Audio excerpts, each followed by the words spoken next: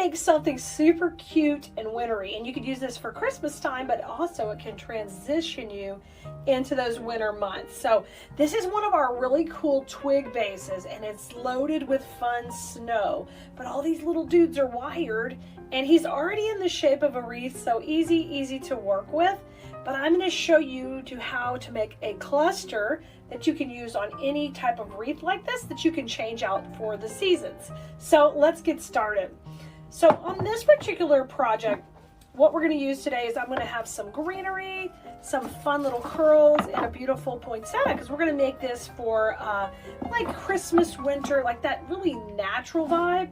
And then I'm going to use some of this cute ribbon, and this is snow flocked burlap. So you can see I'm going to pick those colors up from the curl and the white poinsettia, and all that's going to match really good on our base.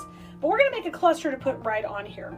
One of the things I teach in design school is when you make clusters in order to design. So we're going to use some of those elements today to create this. So the first thing I want you to do is take these and just kind of put them aside for a second. We're going to create our base with our greenery. And so I'm going to break this one up. This is one of my favorite stems because it's got some really nice length on here. So I'm going to cut one really long piece here, okay? And then we can leave this all as one long piece, and I'll cut this one. And then we'll have this little bit shorter section we can use kind of in the foreground of our design. So we took that one stem and we divided it into 3 sections. We got a nice little piece left. We'll hold that for another project.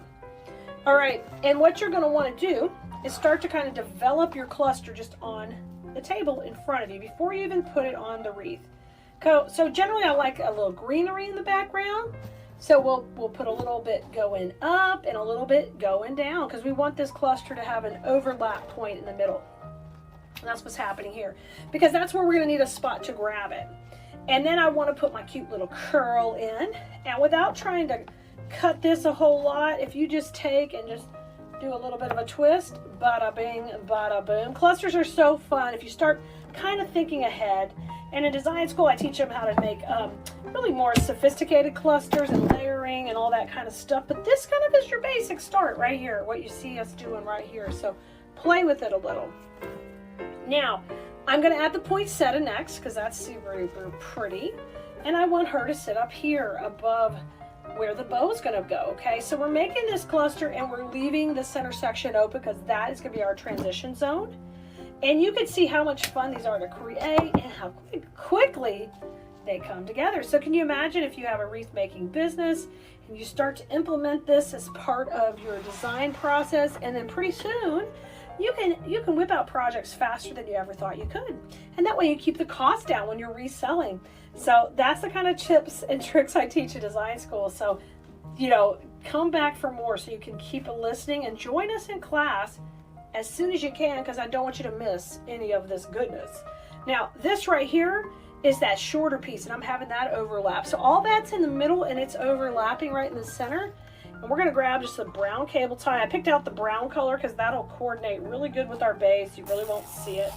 We're going to get this super tight. Really tight. All right, and then it's going to be time to do our bow. So just take and cut that off, and we're going to tie our bow.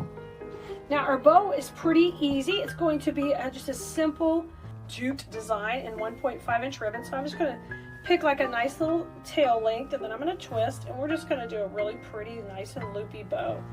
And not too big, just a little simple, pretty touch. These are probably about 5-inch loops on here. And I'm just holding that in my hand, working my way up here. I'm going to go a little shorter in the front and twist. One more. So you just twist when you get to the center. And then I should have 2 little pretty tails, maybe one up, one down. Let's see how that's going to look. That looks cute. I like it. Just a little pop in there. So where all those tails kind of cross here, you're going to add a cable tie first and get that nice and tight. And we're going to rotate it to the back just like we normally would. And I'm going to fluff this up. So I've got that going left to right and that one going up and down. I love these kind of projects because they're actually pretty simple, but the effect is just classic and pretty. Now I'm going to dovetail that tail going up. And this tail going down is kind of long, so let's make that into a couple of tails. So I'm going to trim this one. And then we'll come back and add another one to the back here. Just by putting one more cable tie in there. No big deal. I'll just put it in. We could have done that from the beginning, but then I decided, oh, I think I want 2 tails. So 2 tails at the bottom, 3 at the back. So don't be afraid, just keep popping in as many as you want. We're gonna cover up the mechanics in the middle. Okay, so now I got my cute little tails kind of popping out. Now let's go ahead and cover the center. So with this particular design, I think I'm going to use a little bit of the greenery in there to cover that center instead of the burlap, just to keep it a little bit different. So let me put this in right here. So let's go ahead and attach it to the whole cluster, then we'll cover the center. So I'm going to let that tail kind of go right there, and I want this part of the whole bow to go right in that section. So I'm going to just come under here and grab pop it underneath. And I went under that cable tie, I'm going to put it right here. Now, before I do too much, this little area that I'm about to cover, I'm going to steal its greenery right there. I'm going to steal the pine cone, a little bit of greenery, because guess what? We're going to put that in the middle. That's free for the middle. So let's pop this right in. I love it. And you can use clusters for so many different things in your decor, but I'm going to show you how fun they are to add to really cool wreath bases. So the next time you see something really fun and funky, you're not afraid of it, like, ooh, how am I going to work with that? No, you're just excited to work with it. All right, let me grab a little bit of hot glue over here, and we'll put a little in the middle, just right on our cable tie, and then I'm going to put in our little pieces of greenery right there. Pine cone right in the middle. Super cute. All right, let me dovetail these little tails hanging down. I'm gonna do that one a little shorter, keep this one long. Look at how much fun you could have. And I'm going to give these a bit of a curl. We're gonna curl one to the inside, one to the outside. Okay, so you've made your own little cluster. It's the cutest little embellishment. Watch how quickly this comes together. Now grab your twig wreath, and we're gonna put this on here right off to the side. Oh my gosh, how cute is that? Isn't that adorable? So it's up to you how you want to do it. That's on the left side. Let me make the camera a little bit bigger. And how about, that's the left side, here's the right side. Ooh, let's put it on the right side. I like it right here.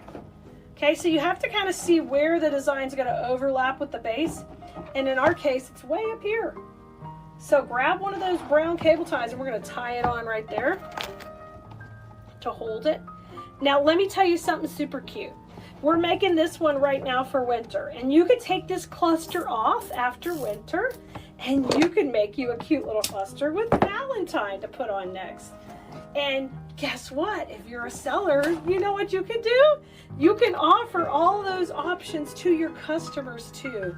So keep in mind, when you see something fun and different, how could you utilize a little cluster technique or method in order to make your own beautiful wreath just like this? And it's a completely different style. It's more minimalistic, but yet totally on trend. I know all of your friends would love one. Y'all, come see us in design school. I can't wait to show you what we're making next. Bye, Blue Merinos.